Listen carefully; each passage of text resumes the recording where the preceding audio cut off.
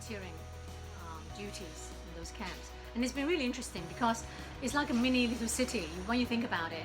At any one point we can have up to 1,300 people staying there. So we take care of all their daily needs, 3 meals, snacks, clothing, really everything. So it's been a real learning experience, and it's nice to know that I'm actually doing a little bit to help helping during the pandemic. But anyway, right, I've also been busy aside from doing the QC camp duties. I've also been taking part in some retraining programs, learning about Chinese health massage and chronic pain management. It's really something I'm personally interested in. I've always been interested in healthcare and well-being, so this fits in really well with my personal interests. So at the moment though, I'm nearing the end of a video editing class, and that's been really interesting. I've learned a lot from that. I thought initially I took the class to help me with my YouTube editing, but in fact the instructor is really passionate about filming. So instead I'm learning a lot more about filming, the different angles and the background and the different shots and the special effects. So not really useful for YouTube at all. But anyway, before I get sidetracked, the reason I want to quickly jump on is that I've noticed in the past few months there's been an uptick of advertising, both in the local papers and also on YouTube, online, etc., of new housing developments being sold in Hong Kong. They're mainly in all the major cities, Manchester, London, Birmingham. But what has got me interested is that often these are very glossy, attractive adverts, with photos of beautiful apartments, and they will have very descriptive details such as only 10 minutes to central, the city center, etc. And they will sometimes have guaranteed rental yield of up to like 7 to 8% for the first 2 years. I always take these information with a strong grain of salt, because I'm a little bit cynical in that you think about it, if they can afford to hire upscale hotels where they can do all these exhibitions and put in glossy advertising, it got to make you wonder the margin must be really, really high in order to encourage them to throw so much money into that, right?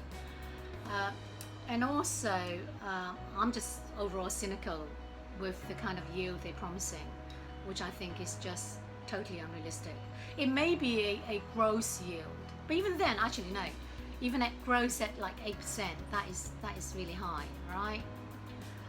So in a minute, I'm going to take a couple of real examples, and we can look at the numbers, and I think we can come to a conclusion that a more realistic yield is probably 3.5 to 3%, which is still better than leaving your money in the bank, if you're not going to do anything with your money anyway. But I do think going into a major purchase like a property, we need to be very comfortable with the numbers we're looking at. For those of you who haven't seen my earlier videos, so just a little bit on my background on why we have some friends coming to us asking us our opinion, our input on these purchases, because they're obviously thinking of buying in the UK, what with the BNO incentives, right? So we actually helped a couple of friends look at specific properties, and that's because both my husband and we lived in the UK for 20 plus years. So we went there when we were really young, at 9 years old. We went to primary school, secondary schools. We did our professional training there. And not long after we started working, in fact, we bought our first property. And it was a really run-down Victorian terrace house.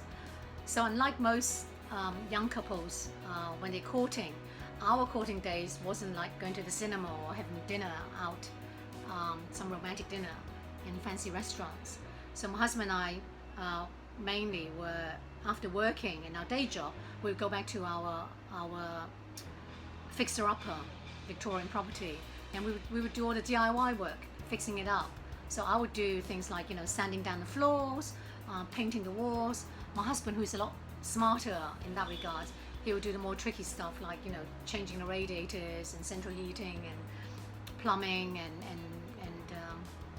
the windows, etc. So we do have experience of that from very, very early days. And in the subsequent years, we've purchased additional properties, we've sold properties, and even now we still have properties, several properties in London. All our properties have been in London. So it's been mainly residential, houses and flats, apartments, and also shops. So we have 30 plus years of experience of being a landlord in the UK, so we can share that. So it's interesting looking at the numbers, so I hope you find it useful. If you do like this video, I hope you would consider subscribing and liking and sharing. Okay, so if you're looking to, you want to buy property in the UK, but you're not really familiar with the different cities, so where would you start? So this particular website was sent to me by a friend. I'm guessing that she just went online and just typed in, best rental yield in the UK, and there might be several different sites. But this one is pretty good because it's relatively new. So it was only about 6 months old, this December 2020. If you scroll down the page, you see that they give a simple calculation on how to work out the yield. So it's essentially the monthly rent times 12 to give you the annual rent, and then you divide that number by the value of your property. And in this example, it came to 5%, 5.1% annual return. So that's your yield number. If you scroll down a bit more, they actually use that methodology and to work out the different cities in the UK and rank them. So at the very top here, you see Manchester with their annual yield of nearly 7.3%. And there are also other cities here, Nottingham, Portsmouth. These are all large cities over different parts of UK. For some of you, you might be surprised to see that London is actually relatively low down, number 16, with a modest yield of 4.72%. And I think that's probably because London property prices is quite high. So when you do that calculation with the average rent, it only yield less than 5%. Now, the one thing I will say is that, when you look at anything on the internet, you do need to use a questioning mind and double check the numbers, right? So here they're quite good. They give you the source of where they're getting their data from. So for the average property value, they use Zoopla, and for the average rent, they use home.co.uk. So let's run through this and just validate their numbers and see what it's looking like now. So using Manchester as an example, I went into Zoopla and I looked at the Manchester average house price. So it has gone up 8.11% in the past 12 months. So average price now is 219,000, whereas in the website it was at 202,000. So it's gone up. And then we look at the average rent here, they had 1,232, and the rent has actually gone down. And that's probably got to do with the pandemic in the past year. I mean, the rent has obviously faced some challenges. And so the average rent has gone down to just over 1,000 per month. So the house price has gone up, the average rent has come down. So it goes without saying, the yield, if you calculate the yield now, it won't be at that 7.4%. Yeah, 7.29% that they had in December. And the other thing I want to point out is that here they use the average rent. I would actually use, to be more cautious, use the median rent, because the average rent can be skewed if you have some properties which are just unusual in that, super uber luxurious and they rent it out at an ultra high rent. So whereas a median is really just the middle rental price for the properties in Manchester. So we plug in the new numbers. So I did a quick calculation here. Okay, so here I've used the numbers, so the more recent property price and the rent number to calculate the yield. I've used the property price from Zoopla for Manchester and also the average rent.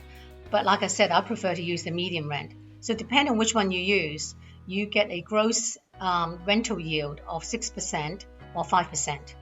Now, this is gross. So I haven't included, obviously, things like when you buy a property, there will be legal fees and also stamp duty, which will ultimately increase the upfront expenditure.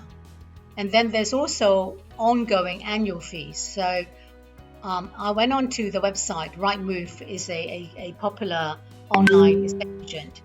And there I have found an advert, a flat that's been advertised in Manchester. So I used the information there because in the ad, they actually included all the charges like ground rent and service charge. I think the agent realized that many of these potential buyers, will be buying it for investments. So they put down the kind of gross rent that one can expend for this particular property. I think it was a 2-bedroom. And then this is in this example anyway, the ground rent, the service charge, and then there's also the letting fees, right? Because I'm assuming that whoever's buying this may not be actually be in the UK managing the property himself or herself. So you'll be hiring an agent to do that for you.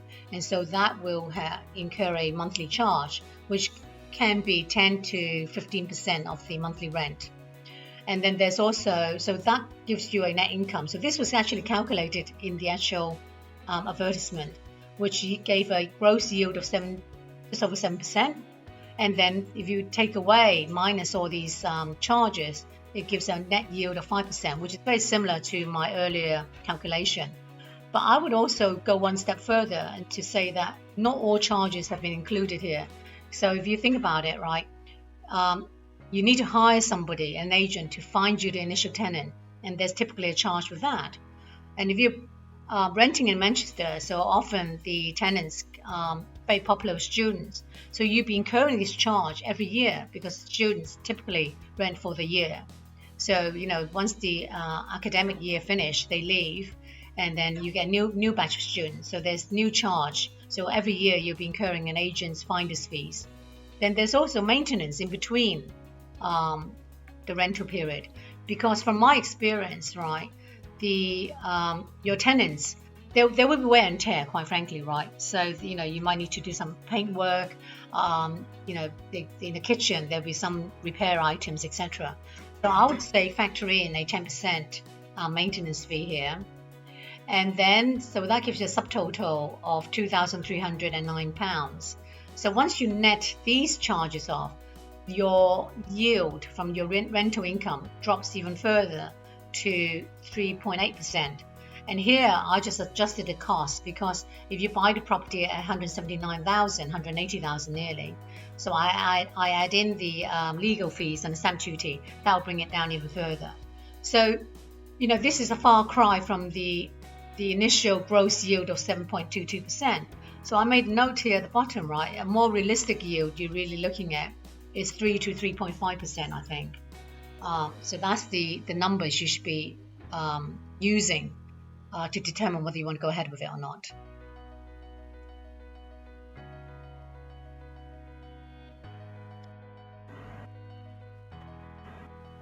So as I said earlier, we have a friend who is currently looking at Zone 2, London Zone 2 properties. And I've got another example here. It just so happened that when I was looking at one of our daily free newspaper the other day, I noticed there was a one-page ad for a Zone 2 new development by Berkeley. And of course, the advert was very compelling. And I clicked into the website to have a look. And lo and behold, it had quite a lot of information, especially the price information. And I'm always interested in the numbers. So our friends, and I wanted to do a comparison between, because it's Zone 2, same as our friend's unit, the one she's interested in. And she's looking at a 1-bedroom as well. So I chose a 1-bedroom here where, it's got the lowest price, 537,500. The size is 616 square feet. So I wanted to use this for comparison and churn out the numbers. And also, this website, this development, produce a fact sheet, which is quite interesting as well. So you can go in, have a look.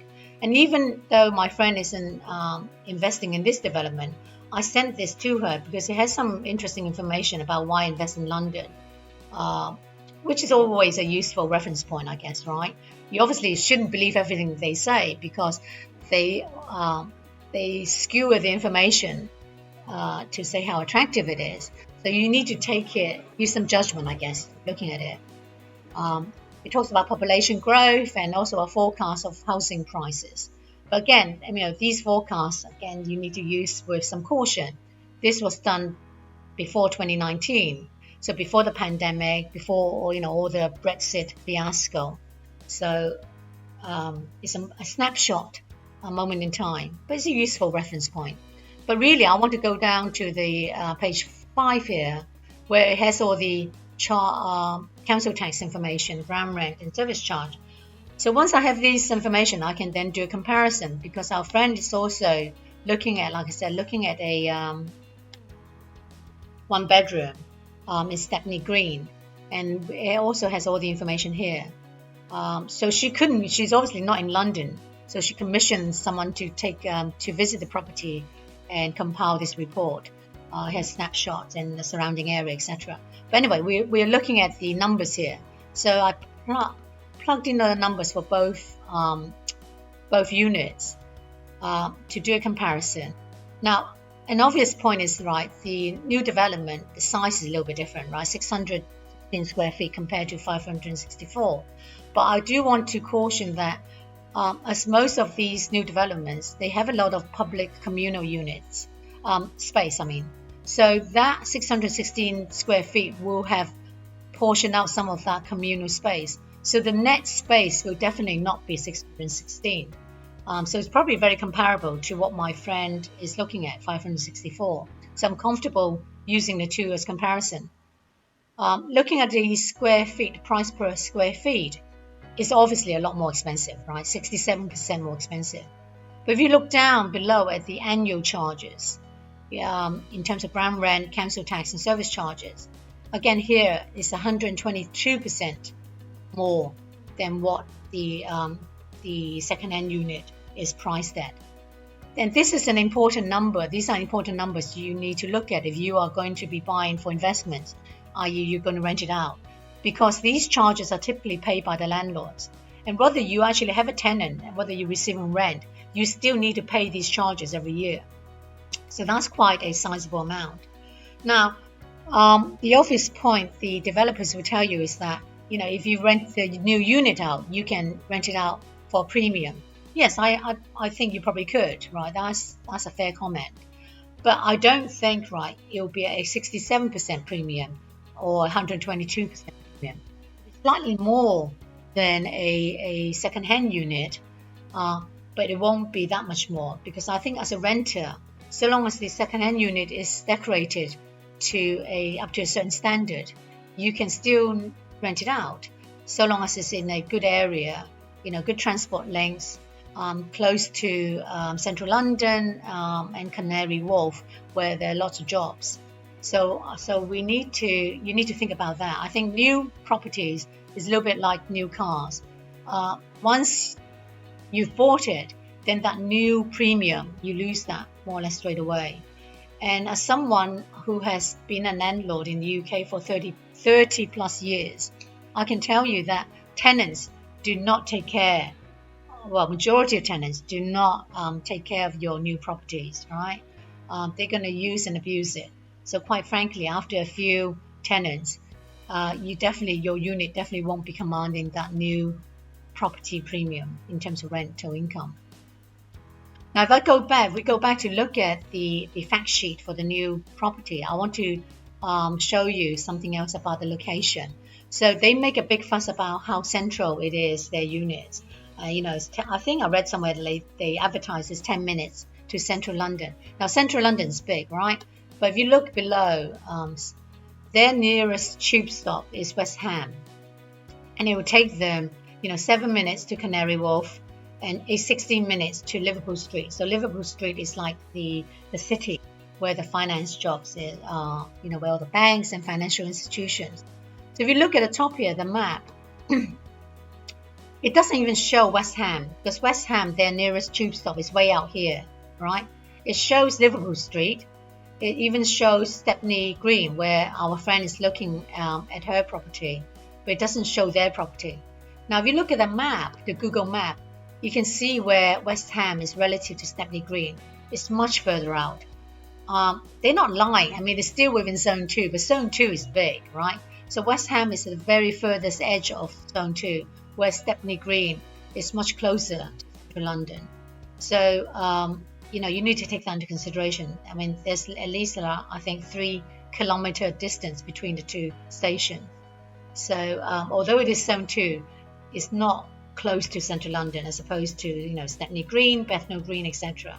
So I thought these are interesting information. So again, I'm not saying that don't invest in new properties. I mean, some people will always be attracted to new developments, but just go into it knowing the numbers, right? Especially if you're buying it for investment. And so I wanted to highlight this example to everyone.